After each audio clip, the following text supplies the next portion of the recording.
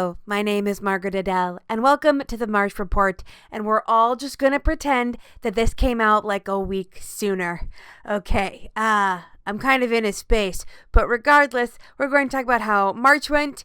Spoiler, not the greatest, but also what I'm going to be doing in April.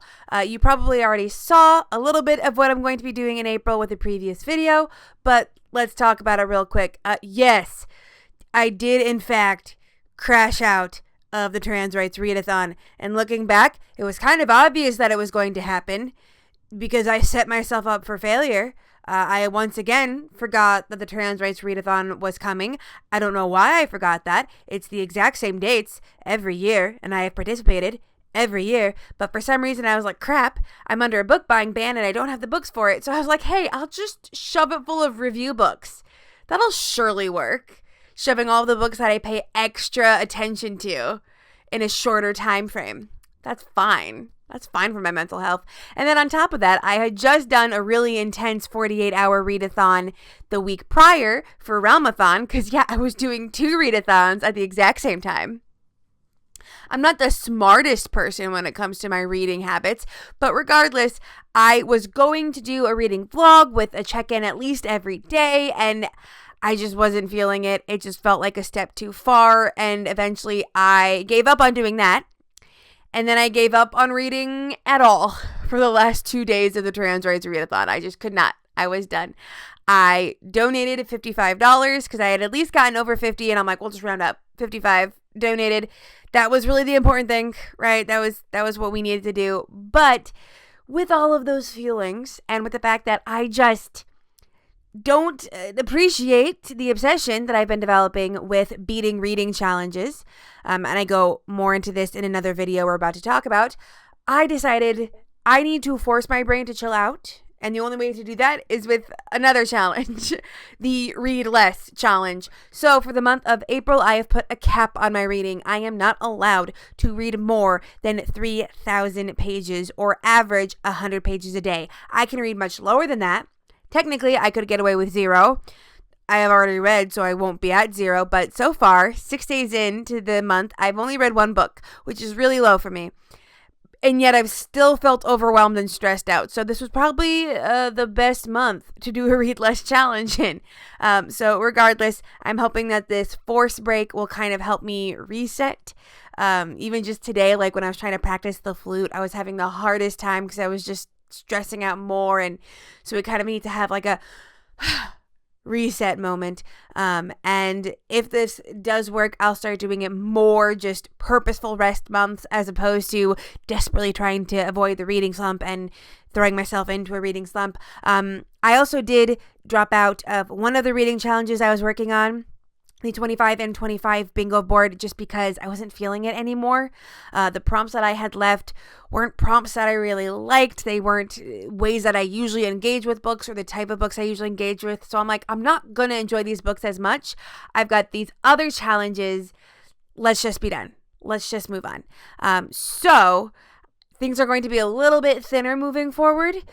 Just because I want to start working on other things as well. So there may be more a wider variety of things coming to the channel. I want to do like my giant skirt collection because I am the pinnacle of the long skirt girly, and paganism and that other kind of stuff. And I need to do an update for the backlog tackle. So we're branching out a little bit for my own mental health. But let's jump into, how did the budget go? I was under a book buying ban for March. How did that pan out? Really well, actually. Not only did I not spend any money, not even the gift cards that I got from donating blood, I didn't really feel the urge to spend a lot of money. I wasn't like, I'm desperately wanting to buy this thing. To be fair, I also literally didn't look at Itch.io. Just the entire month did not touch Itch.io, which I do need to go back and see what new authors are on there that I need to follow and build up my collections again. But that was part of it.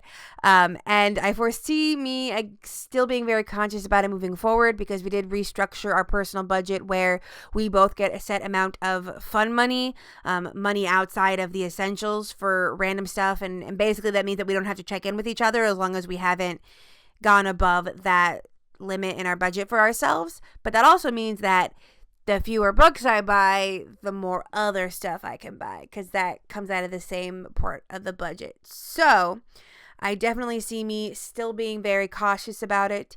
I still got the gift cards to use up. I still have a lot of review books I need to get to. But I am forcing myself still to focus on what I have. I do need to get back to doing judging at some point, although I do have summer break. So for the most part, I don't see me needing to buy a lot of books, although I do at some point want to do an Itch.io haul, and I should probably work on this one too, I want to do my Smashwords taste test, which will require purchasing, and I have already the books in mind that I want to get to. So there will be some purchasing of things this month, just not a lot, because I've already gone through most of my fun money between flute lessons and that one really cute long skirt that I just got. Buying local and buying from small artisans does carry a little bit of extra cost, guys, but it is worth it. Remember that. It is worth it. Now, let's jump into the challenges.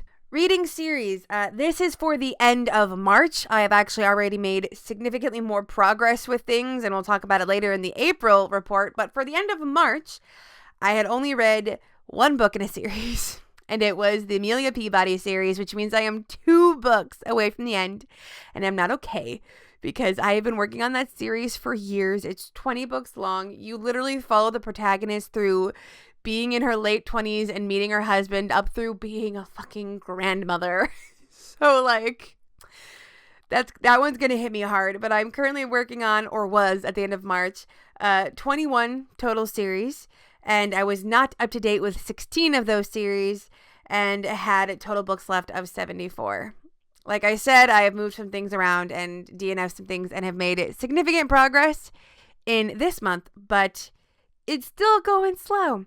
For NetGalley, I'm currently sitting at 75%, and my 1 in, 1 out rule might be kind of screwing me up because I usually have the rule where I get the one arc, I read it, and then I move on. However, the current arc that I have out is actually a nonfiction book about hand sewing.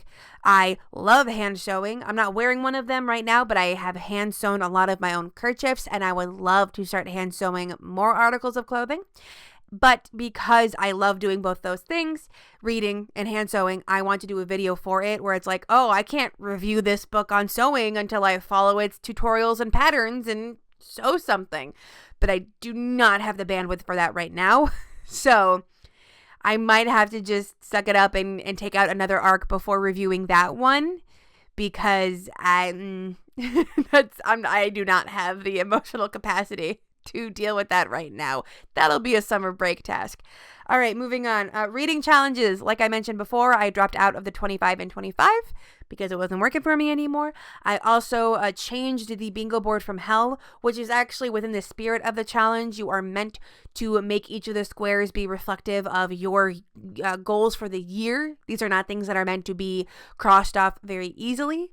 And I only switched a few of them to things like reading review books and the like. However, because it's the bingo board from hell and it's meant to take you most of the year, I have not really any like real progress in it. Like no entire squares X'd out, just, little tally marks for how many audiobooks I've listened to do the 30 audiobook square, that kind of thing. The reading challenge that I have done the most on, though, is the 52 book club. This is a reading challenge of 52 prompts made to take you all year. I need to emphasize that. It's meant to be the entire calendar year. It is the end of March for this report. Over half done. I am 54% of the way done in March in a challenge that's meant to take all year, because that is the challenge my brain fixated the fuck on, even though I know it's not going to be as satisfying as the TBR 0 was, because I have completed year-long challenges before, not quite this fast, but I have, and I know that the serotonin is not going to match what my brain is craving, and that I really should be working more on the series if I want that. So this is part of the reason why I had to force myself to chill out. And one of the rules of my Read Less challenge is I am not allowed to focus on the 52 book club books. If I happen to read something that counts for a prompt, I can log it, but we are not seeking out the prompts first. I'm forcing that because my brain needs to relax, and I'm going to force it to. And lastly is the notable reads. Usually I would have two of these, one positive, one negative, but I'm dropping the negative one just because I recognize that I was in a weird headspace, and so I don't want to be like, this book was notably negative, when the reason it was notably negative was probably my own damn fault. So we're just going to focus on the standout in a positive way, and that is Light from Uncommon Stars by Rika Aoki. I had no idea what this book even really was, and it took me a while to realize that's because it's like 3 different genres smashed together. Like, you have 3 different point of view characters, and they're each in their own style of story, and then they go poof. They all kind of smash together. So you have the violin teacher that has sold her soul to hell, and she must convince 7 other violinists, prodigies, her students, to do the same to save herself. And she discovers the latest prodigy, her 7th, in this trans woman. And the poor trans woman is in a horrible contemporary book about the struggles of, facing transphobia. And then there's this completely random other character who is a starship captain that came to Earth to escape the global intergalactic badness, because, Earth is the intergalactic boondocks.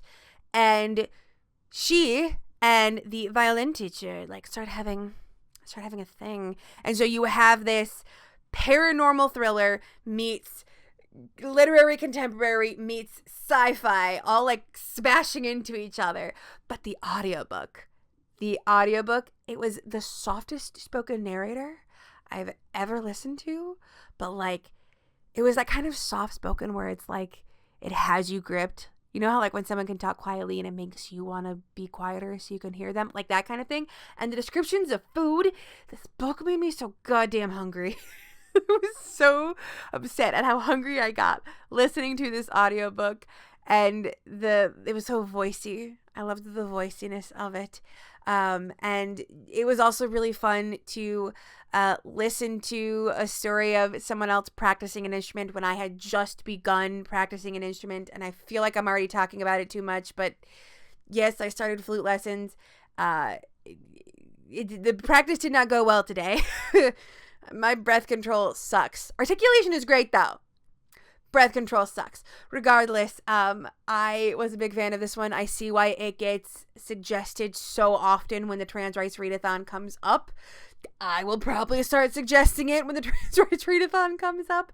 But definitely one I would highly recommend. 5 stars. I did read a little bit of the text just to see how it felt. It was also good. So, all around a good recommendation. And that is it. That was my report for March. I also had an iffy time in February. And is this the moment where I finally realized that, Margaret, you're just in an iffy time and you need to accept that and have grace and compassion for yourself? Probably. Will it take me another iffy month to fully realize that? Also, probably. Regardless, thank you so much for watching. How was your March reading? Are you also slow in getting this kind of content out? Let me know in the comments below. And with nothing else to say, I hope you have a wonderful day and a marvelous tomorrow.